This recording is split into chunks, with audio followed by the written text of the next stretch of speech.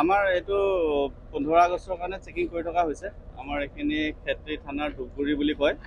তো আমাৰ ক্ষেত্ৰী থানাখন যিহেতু চিটিৰ এণ্ট্ৰি পইণ্ট, তো আমাৰ এইখিনিতেই মানে গোটেই আমাৰ নাইট ছুপাৰ আৰু ডে ছুপাৰবোৰ যিবোৰ আপাৰ আছামৰ পৰা আহে মেইনলি, সেইবোৰ ভালদৰে আমাৰ গোটেই মানুহৰ লাগেজ আৰু ডিকিবোৰ চেক কৰা হয়।